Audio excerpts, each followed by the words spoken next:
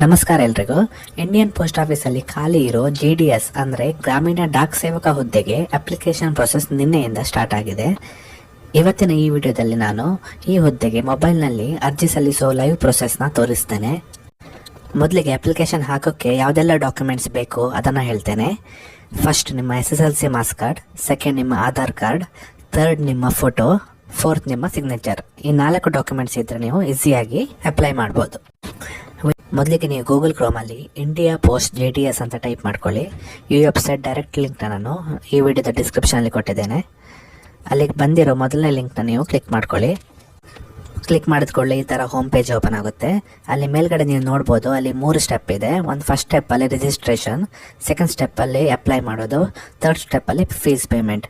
ಈ 3 ಸ್ಟೆಪ್ನ ನಾವು ಕಂಪ್ಲೀಟ್ ಮಾಡಬೇಕಾಗುತ್ತೆ. ಫಸ್ಟಿಗೆ ಸ್ಟೆಪ್ 1 ರಿಜಿಸ್ಟ್ರೇಷನ್ ಮೇಲೆ ಕ್ಲಿಕ್ ಮಾಡ್ಕೊಳ್ಳಿ. ಅಲ್ಲಿ ರಿಜಿಸ್ಟ್ರೇಷನ್ ಟ್ಯಾಬ್ ಮೇಲೆ ಕ್ಲಿಕ್ ಮಾಡಿ.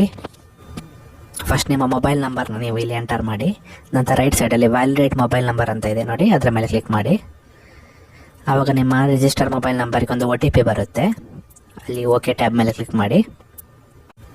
ಆ OTPನ ನೀವು ಇಲ್ಲಿ ಎಂಟರ್ ಮಾಡಿ. ಸಬ್ಮಿಟ್ OTP ಅಂತ ಇದೆ ನೋಡಿ, ಅದರ ಮೇಲೆ ಕ್ಲಿಕ್ ಮಾಡಿ. ಅಲ್ಲಿ ಮೊಬೈಲ್ ನಂಬರ್ ವ್ಯಾಲಿಡೇಟೆಡ್ ಅಂತ ಬಂದಿದೆ. ನೆಕ್ಸ್ಟ್ ನಿಮ್ಮ ಇಮೇಲ್ ಅಡ್ರೆಸ್ನು ಹಾಗೆಯೇ ವ್ಯಾಲಿಡೇಟ್ ಮಾಡಬೇಕಾಗುತ್ತೆ. ನಿಮ್ಮ ಇಮೇಲ್ ಅಡ್ರೆಸ್ನ ನೀವು ಇಲ್ಲಿ ಎಂಟರ್ ಮಾಡಿ. ನಂತರ ವ್ಯಾಲಿಡೇಟ್ ಇಮೇಲ್ ಅಂತ ಇದೆ ನೋಡಿ, ಅದರ ಮೇಲೆ ಕ್ಲಿಕ್ ಮಾಡಿ.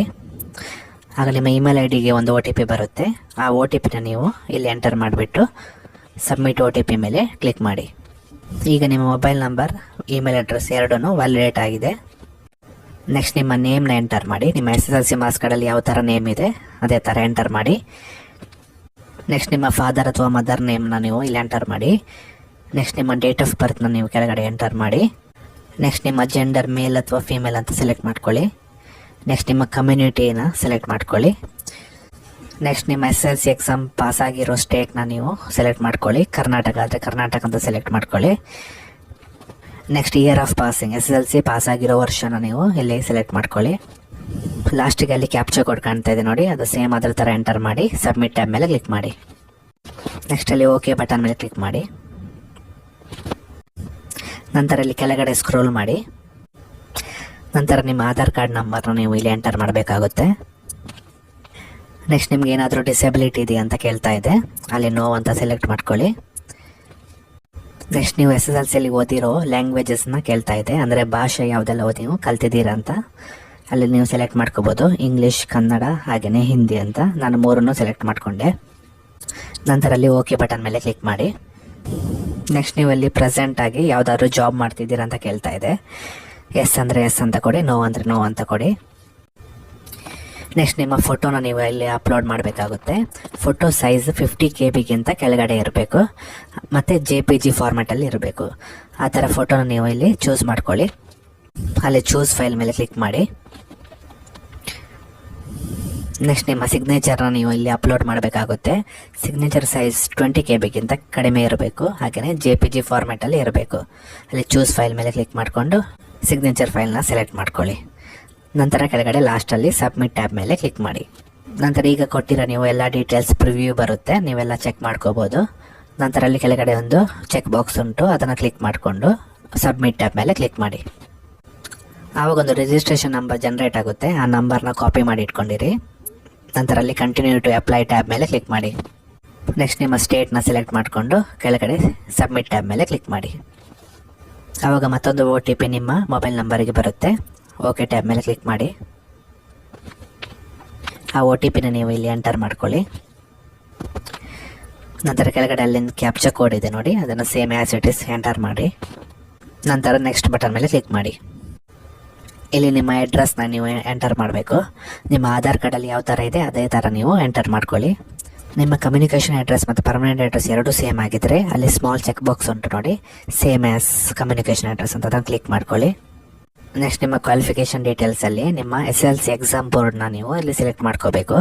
ನಿಮ್ಮ SSLC ಮಾರ್ಕ್ಸ್ ಕಾರ್ಡಲ್ಲಿ ಅದು ಮೆನ್ಷನ್ ಆಗಿರುತ್ತೆ ಹೆಸರು, ಆ ಬೋರ್ಡ್ ನೇಮ್ನ ನೀವು ಇಲ್ಲಿ ಸೆಲೆಕ್ಟ್ ಮಾಡ್ಕೊಳ್ಳಿ. ನೆಕ್ಸ್ಟ್ ಕೆಳಗಡೆ ಅಲ್ಲಿ ರಿಸಲ್ಟ್ ಟೈಪ್ ಅಂತ ಇದೆ ನೋಡಿ, ಅಲ್ಲಿ ನಿಮ್ಮ ಮಾರ್ಕ್ಸ್ ಅಂತ ನೀವು ಇಲ್ಲಿ ಸೆಲೆಕ್ಟ್ ಮಾಡ್ಕೊಳ್ಳಿ. ನೆಕ್ಸ್ಟ್ ಪೇಜಲ್ಲಿ ನಿಮಗೆ SSLCಯಲ್ಲಿ ಸಿಕ್ಕಿರೋ ಮಾರ್ಕ್ಸ್ನ ನೀವು ಇಲ್ಲಿ ಎಂಟರ್ ಮಾಡಬೇಕು. ಫಸ್ಟಿಗೆ ಅಲ್ಲಿ ಸೈನ್ಸ್ ಅಂತ ಇದೆ, ಅದರ ಕೆಳಗಡೆ ಸೆಲೆಕ್ಟ್ ಸಬ್ಜೆಕ್ಟ್ ಅಂತ ಇದೆ ನೋಡಿ, ಅಲ್ಲಿ ಕ್ಲಿಕ್ ಮಾಡಿಕೊಂಡು ನಿಮ್ಮ ಫಸ್ಟ್ ಲ್ಯಾಂಗ್ವೇಜ್ನ ನೀವು ಅಲ್ಲಿ ಸೆಲೆಕ್ಟ್ ಮಾಡ್ಕೊಳ್ಳಿ. ಕನ್ನಡ ಆಗಿರೋದ್ರಿಂದ ಕನ್ನಡ ಅಂತ ಸೆಲೆಕ್ಟ್ ಮಾಡ್ಕೊಳ್ಳಿ. ಅದರ ಕೆಳಗಡೆ ಮ್ಯಾಥಮೆಟಿಕ್ಸ್ ಅಂತ ಇದೆ. ನಂತರ ಅದರ ಕೆಳಗಡೆ ಸೋಷಲ್ ಸೈನ್ಸ್ ಅಂತ ಇದೆ. ಅದರ ಕೆಳಗಡೆ ಮತ್ತೆ ನೀವು ಸೆಲೆಕ್ಟ್ ಸೆಕೆಂಡ್ ಲ್ಯಾಂಗ್ವೇಜ್ನ ಇಂಗ್ಲೀಷ್ ಅಂತ ಸೆಲೆಕ್ಟ್ ಮಾಡ್ಕೊಳ್ಳಿ. ಅದರ ಕೆಳಗಡೆ ನೀವು ಥರ್ಡ್ ಲ್ಯಾಂಗ್ವೇಜ್ ಹಿಂದಿ ಅಂತ ಸೆಲೆಕ್ಟ್ ಮಾಡ್ಕೊಳ್ಳಿ. ನಂತರ ಸಬ್ಜೆಕ್ಟ್ ಮುಂದ್ಗಡೆ ನಿಮಗೆ SSLC ಸಿಕ್ಕಿರೋ ಎಲ್ಲ ಮಾರ್ಕ್ಸ್ನ ನೀವು ಇಲ್ಲಿ ಎಂಟರ್ ಮಾಡಿ. ನೆಕ್ಸ್ಟ್ ಕೆಳಗಡೆ ಅಲ್ಲಿ CGPA ಸ್ಕೋರ್ ಅಂತ ಇದೆ ನೋಡಿ, ಅದನ್ನು ಹಾಗೆ ಖಾಲಿ ಬಿಟ್ಟಿರಿ. ನೆಕ್ಸ್ಟ್ ಅಲ್ಲಿ ಸೇವ್ ಆ್ಯಂಡ್ ಕಂಟಿನ್ಯೂ ಅಂತ ಇದೆ ನೋಡಿ, ಅದರ ಮೇಲೆ ಕ್ಲಿಕ್ ಮಾಡಿ. ನೆಕ್ಸ್ಟ್ ಪೇಜಲ್ಲಿ ನಿಮ್ಮ ಡಿವಿಷನ್ನ ಸೆಲೆಕ್ಟ್ ಮಾಡ್ಕೊಳ್ಳಿ. ನಮ್ಮದು ಉಡುಪಿ ಆಗಿರೋದ್ರಿಂದ ನಾನು ಉಡುಪಿ ಅಂತ ಸೆಲೆಕ್ಟ್ ಮಾಡ್ಕೋತಾರೆ. ನಿಮ್ಮ ಡಿವಿಷನ್ ಯಾವುದಾಗಿರುತ್ತೆ ಆ ಡಿವಿಷನ್ನ ನೀವು ಸೆಲೆಕ್ಟ್ ಮಾಡ್ಕೊಳ್ಳಿ. ನೆಕ್ಸ್ಟ್ ಪೇಜಲ್ಲಿ ನೀವು ನೋಡ್ತಾ ಇರ್ಬೋದು, ನಿಮ್ಮ ಡಿವಿಷನಲ್ಲಿ ಇರೋ ಎಲ್ಲ ಊರಿನ ಹೆಸರು ಅಥವಾ ಆಫೀಸ್ ನೇಮ್ ಇಲ್ಲಿ ಡಿಸ್ಪ್ಲೇ ಆಗುತ್ತೆ. ಅದರ ನೆಕ್ಸ್ಟ್ ಕಾಲಮಲ್ಲಿ ಯಾವುದೆಲ್ಲ ಪೋಸ್ಟ್ ಖಾಲಿ ಇದೆ ಆ ಪೋಸ್ಟ್ ಹೆಸರು ಡಿಸ್ಪ್ಲೇ ಆಗುತ್ತೆ. ಇಲ್ಲಿ ನೀವು ಒಂದು ವಿಷಯ ನೋಟ್ ಮಾಡಬೇಕು, ಅದು ಏನಂದರೆ ಅಲ್ಲಿ ಪೋಸ್ಟ್ ಮುಂದುಗಡೆ ನೋಡಿ ಅಲ್ಲಿ OBC ಅಂತ ಮೆನ್ಷನ್ ಆಗಿದೆ. ಸೊ ಅಲ್ಲಿ OBC ಕ್ಯಾಟಗರಿಯವರು ಮಾತ್ರ ಇಲ್ಲಿ ಅಪ್ಲೈ ಮಾಡೋಕ್ಕಾಗುತ್ತೆ. ಆದರೆ ಅಲ್ಲಿ ಕೆಳಗಡೆ ನೋಡಿ ಅಲ್ಲಿ UR ಅಂತ ಇಲ್ಲಿ ಮೆನ್ಷನ್ ಆಗಿದೆ. ಸೊ ಇಲ್ಲಿ ಎಲ್ಲ ಕ್ಯಾಟಗರಿಯವರು ಇಲ್ಲಿ ಅಪ್ಲೈ ಮಾಡ್ಬೋದು. ಲಾಸ್ಟ್ ಕಾಲಮಲ್ಲಿ ಪೋಸ್ಟ್ ಪ್ರಿಫರೆನ್ಸ್ ಅಂತ ಇದೆ ಅಲ್ವಾ, ಅಲ್ಲಿ ನಿಮಗೆ ಕನ್ವೀನಿಯೆಂಟ್ ಆಗಿರೋ ಆಫೀಸ್ನ ನೀವು ಇಲ್ಲಿ ಸೆಲೆಕ್ಟ್ ಮಾಡ್ಕೋಬೋದು.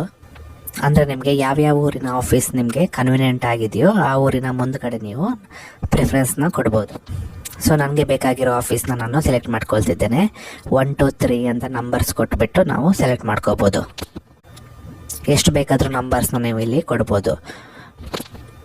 ನಂತರ ಅಲ್ಲಿ ಕೆಳಗಡೆ ಒಂದು ಚೆಕ್ ಬಾಕ್ಸ್ ಉಂಟು, ಅದನ್ನು ಕ್ಲಿಕ್ ಮಾಡಿ ಸೇವ್ ಆ್ಯಂಡ್ ಪ್ರೊಸೀಡ್ ಟ್ಯಾಬ್ ಮೇಲೆ ಕ್ಲಿಕ್ ಮಾಡಿ. ಸೊ ಅಪ್ಲಿಕೇಶನ್ ಸಬ್ಮಿಟೆಡ್ ಸಕ್ಸಸ್ಫುಲ್ಲಿ ಅಂತ ಬಂದಿದೆ, ಅಲ್ಲಿ ಓಕೆ ಅಂತ ಕೊಡಿ. ನೆಕ್ಸ್ಟ್ ನಿಮ್ಮ ಪರ್ಸನಲ್ ಡೀಟೇಲ್ಸ್, ಅಡ್ರೆಸ್ ಎಲ್ಲನೂ ಇಲ್ಲಿ ಡಿಸ್ಪ್ಲೇ ಆಗುತ್ತೆ. ಎಲ್ಲ ಡೀಟೇಲ್ಸ್ ನೀವು ಒಂದು ಸಲ ಚೆಕ್ ಮಾಡ್ಕೊಳ್ಳಿ. ನಿಮ್ಮ ಎಲ್ಲ ಡೀಟೇಲ್ಸ್ ಕರೆಕ್ಟ್ ಆಗಿದ್ದರೆ ಕೆಳಗಡೆ ಸ್ಕ್ರೋಲ್ ಮಾಡಿ, ಕೆಳಗಡೆ ಲಾಸ್ಟಲ್ಲಿ ಪ್ರಿಂಟ್ ಆಪ್ಷನ್ ಇದೆ, ಅದನ್ನು ಕ್ಲಿಕ್ ಮಾಡಿಬಿಟ್ಟು ನೀವು ಪ್ರಿಂಟ್ನೂ ತಗೋಬೋದು. ಸೊ ಈ ಥರ ನೀವು ಈಸಿಯಾಗಿ ಮೊಬೈಲ್ ಫೋನಲ್ಲೇ ಗ್ರಾಮೀಣ ಡಾಕ್ ಸೇವಕ ಪೋಸ್ಟಿಗೆ ನೀವು ಅಪ್ಲೈ ಮಾಡ್ಬೋದು.